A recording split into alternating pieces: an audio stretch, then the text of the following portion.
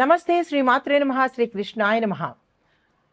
మనకి ఈ మాసంలో సెప్టెంబరు అక్టోబర్లో కొన్ని గ్రహాల యొక్క సంయోగం వల్ల, మార్పుల వల్ల, వక్రగతిలో సంచారం చేయడం వల్ల మనకి ప్రతిసారి కొన్ని రాజయోగాలు అనేవి జరుగుతూ ఉంటాయి. అది ఇప్పుడు మనకి ఈ యొక్క గ్రహణం తరువాత అంటే గ్రహాలు మారుతూ ఉంటాయి కదా. గ్రహణం అయ్యాక ఈ గ్రహాల యొక్క సంచారము గ్రహణం తర్వాత, చంద్రగ్రహణం తర్వాత అనగా సెప్టెంబర్ 7వ తారీఖు తర్వాత మనకి గజకేసరి రాజయోగం అనేది ఏర్పడబోతోంది. అయితే ఇది ఎప్పుడు అంటే సెప్టెంబర్ 7వ తారీఖు, అంటే చాలా తక్కువ సమయమే.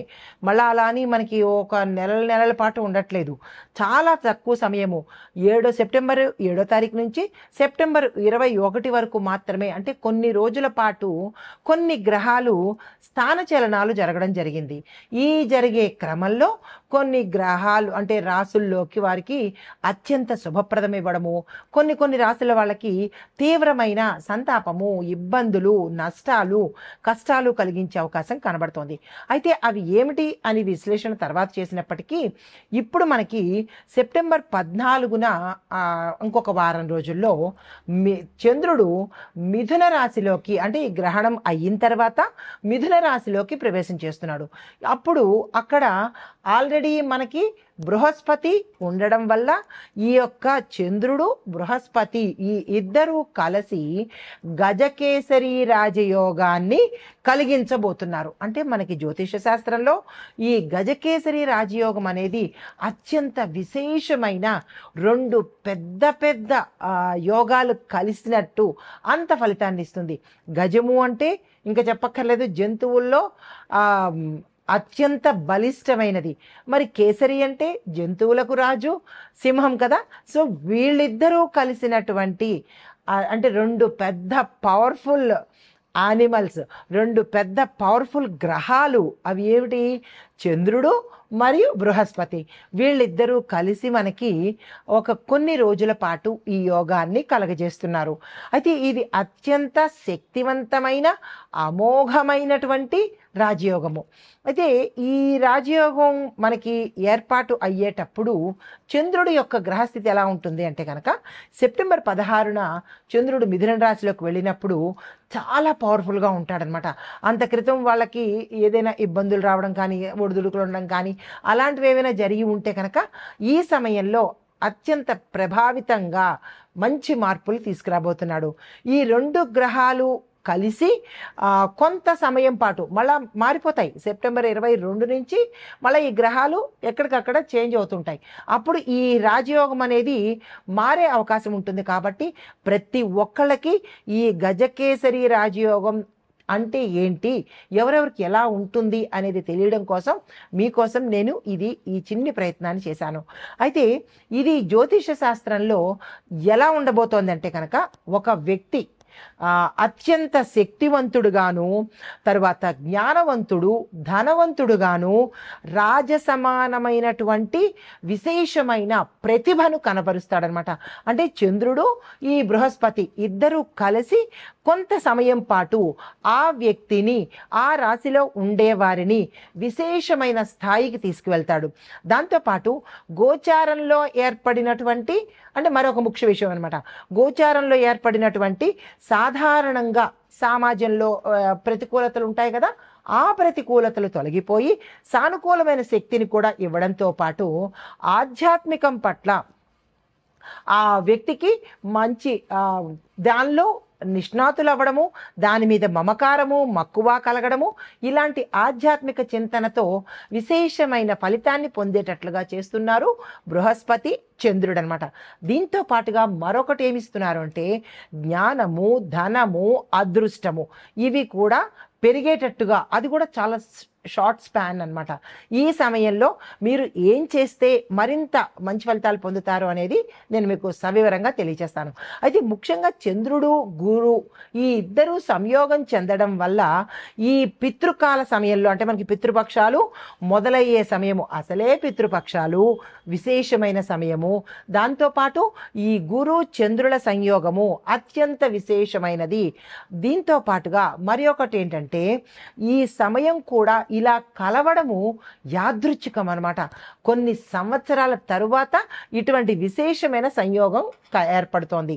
అయితే ఆధ్యాత్మిక కోణంలో చూసినట్టయితే కనుక పితృపక్షంలో అంటే మేషాది ద్వాదశ రాశుల వారందరికీ కూడా పితృదేవతల యొక్క ఆశీర్వాదము ఈ సమయంలో దొరికే ఏర్పాటు జరుగుతోంది. ఈ సమయంలో పూర్వీకుల కొంతమందికి అంటే పితృదోషాలు ఉన్న వారికి విపరీతమైన ఆగ్రహం కలుగుతుంది.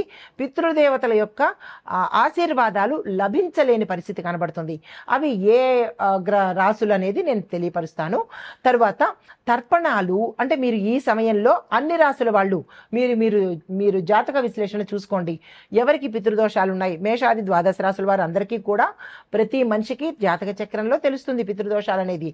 అది చెక్ చేసుకుని దీన్ని మీరు ఆ సమయంలో పిండ ప్రదానాలు, తర్పణాలు, బ్రాహ్మణులకి భోజనము, దానము ఇలాంటివి ఇస్తే కనుక ద్విగుణీకృతం అవుతుంది. అంటే రెండింతలు మీకు ఫలితం వచ్చే అవకాశం ఉంది. ఈ సమయంలో చేసిన జపం కానీ, తపస్సు కానీ, దానం కానీ ఏదైనా సరే విస్తృతమైన పరిధిలో మీకు ఫలితాలు ఇవ్వబోతోంది. కాబట్టి ఈ సమయాన్ని ఎవ్వరూ వృధా చేసుకునే ప్రయత్నం చేసుకోకండి. ఎందుకంటే ఈ సమయం మళ్ళా మనకి వచ్చేది కాదు. యాదృచ్ఛికమో అదృష్టమో ఈ సమయాన్ని మనం ఈ సమయంలో పొందుతున్నాము.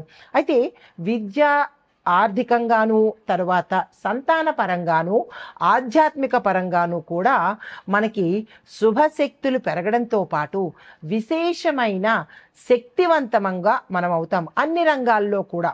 అయితే ముఖ్యంగా ఏంటంటే తదుపరి రాశి సింహరాశి.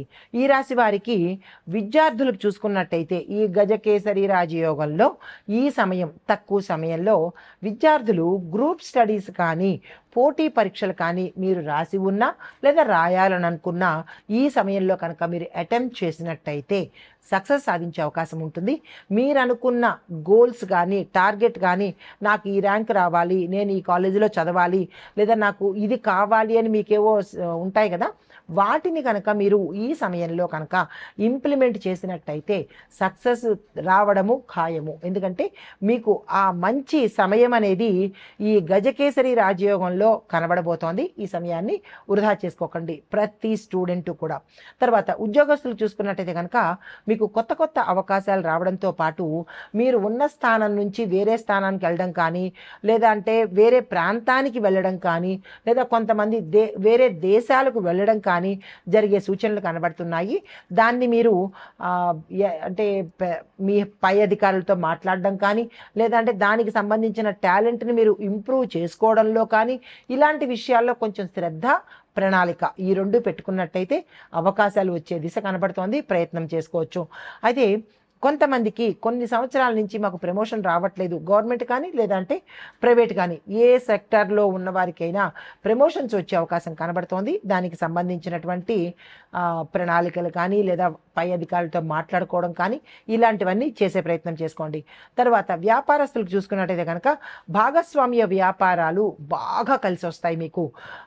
అంటే ఈ సమయంలోనే మీరు ఒప్పందాలు చేసుకోవడం కానీ, లేదా ఒకళ్ళొకళ్ళు కూర్చుని మాట్లాడుకోవడం కానీ, టర్మ్స్ అండ్ కండిషన్స్ డిస్కస్ చేసుకోవడం కానీ, నేను ఇలాగా మీతో భాగస్వామి పార్ట్నర్షిప్ చేద్దామనుకుంటున్నాను అని మాట్లాడుకోవడము, ఒప్పందాలు చేసుకోవడము, దానికి సంబంధించినటువంటి ప్లెయిన్, ట్రాన్స్పరెంట్, క్లియర్గా మీరు మాట్లాడుకుని ఆ దిశగా మీరు వెళ్ళినట్టయితే సక్సెస్ రావడం అనేది ఇది లాంగ్ టర్మ్లో వచ్చే సక్సెస్ కాబట్టి వృధా చేసుకునే ప్రయత్నం చేసుకోకండి. అయితే కొత్త పెట్టుబడులు పెట్టాలి అని అనుకున్నా, ఇన్వెస్ట్మెంట్ చేయాలని అనుకున్నా, లేదా కొత్తవిగా ఏదైనా కొనాలి అని అనుకున్నా దానికి ఇది అత్యంత శుభ సమయము. వృధా చేసుకోకండి.